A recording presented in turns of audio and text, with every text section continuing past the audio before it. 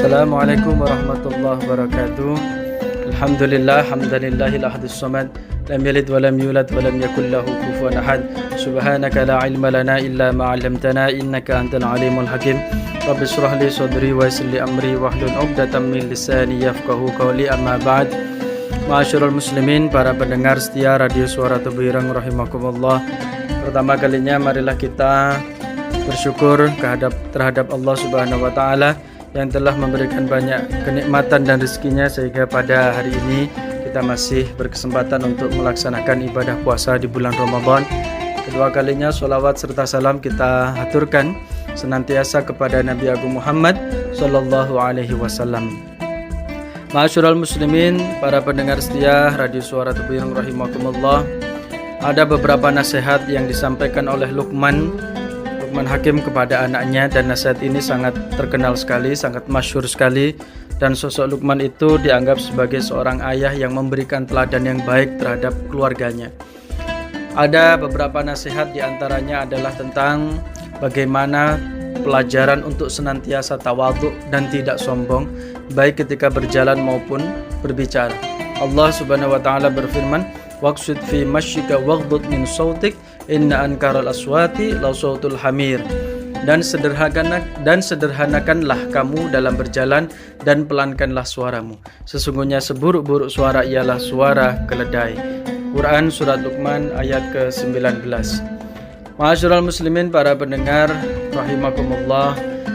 Allah Subhanahu wa taala berfirman waqsid fi masyika, artinya adalah sederhanakanlah kamu dalam berjalan. Para ulama mengatakan bahwa maksudnya adalah bersikap pertengahan dalam segala hal, termasuk saat berjalan. Sikap pertengahan dalam berjalan adalah tidak terlalu cepat, juga tidak terlalu lambat. Sikap pertengahan ini hendaknya ditetapkan dalam segala hal. Oleh karena itu, di antara doa yang Nabi Shallallahu Alaihi Wasallam ucapkan adalah wa as'aluka al-qasda fil ghina wal faqri. Aku minta kepadamu agar aku bisa melaksanakan sikap pertengahan atau sederhana dalam kaya atau fakir. Atau dalam sebuah makalah dikatakan khairul umuri awsatuha, sebaik-baik perkara adalah yang pertengahan. Karena berjalan itu juga ada adabnya. Di antaranya adalah tidak menoleh ke kanan ke kiri, fokus ke depan. Kemudian ketika berjalan melewati sebuah rumah, hendaklah seseorang itu tidak melongok ke dalamnya atau ingin tahu apa yang ada dalam isi rumah itu. Tentu itu tidak baik. Nah, ini adalah nasihat Luqman yang sangat berharga bagi kita semuanya. Ma'asyiral muslimin, para pendengar setia rahimakumullah. Sikap tawadhu ini adalah sikap yang tenang.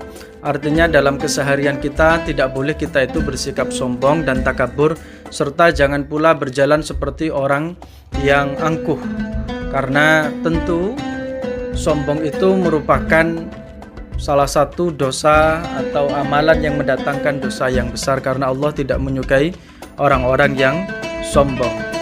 Tapi sebaliknya Allah betul-betul mencintai orang yang tawadhu. Dalam sebuah makalah dikatakan, dalam sebuah syair dikatakan, tawadhu takun kan najmi la halinadhirin ala safahatil ma'i wa ala safahatil ma'i wa huwa wadhi'un wala takun kaddukhon ya'lu bi nafsihi ala tabaqatil jawi wa huwa wadhi'un. Intinya adalah orang yang tawadhu merendahkan diri akan diangkat derajatnya oleh Allah, sedangkan orang yang mengangkat dirinya sendiri alias sombong, merasa dirinya besar, Allah akan merendahkannya. Kemudian nasihat yang lain yang Luqman ajarkan kepada anaknya adalah bagaimana adab ketika berbicara. Allah Ta'ala berfirman, waghdud min sautika inna ankaral aswati law sautul hamir. Dan rendahkanlah suaramu, sesungguhnya seburuk-buruk suara ialah suara keledai. Oleh karena itu, ma'asyiral muslimin, janganlah kita ini berbicara dengan intonasi yang terlalu tinggi sehingga orang yang kita ajak bicara itu merasa tidak nyaman, atau berbicara dengan sesuatu perkataan yang terkesan mendominasi atau merasa dirinya paling pintar sehingga terkesan menggurui atau mengajari seseorang. Tentu ada beberapa hal yang harus kita perhatikan ketika kita menerapkan adab berbicara. Di antaranya adalah berbicara dengan yang sopan, menggunakan bahasa yang halus, sopan santun, dengan gesture atau gerak tubuh yang sesuai, dan juga berbicara dengan menatap orang yang kita ajak bicara. Ini salah satu adab yang sangat penting sekali. Oleh karena itu, beberapa hal yang bisa kita sampaikan di sini adalah manusia itu hendaknya yang pertama berjalan dengan sikap yang pertengahan, tidak terlalu tergesa-gesa juga tidak terlalu terlambat. Kemudian seseorang itu juga harus memperlihatkan sifat yang tawadhu dalam kesehariannya. Dia harus menjadi sosok yang low profile, tidak menampakkan bahwa dirinya itu adalah sosok yang angkuh. Tentu ini tidak baik dalam pergaulan.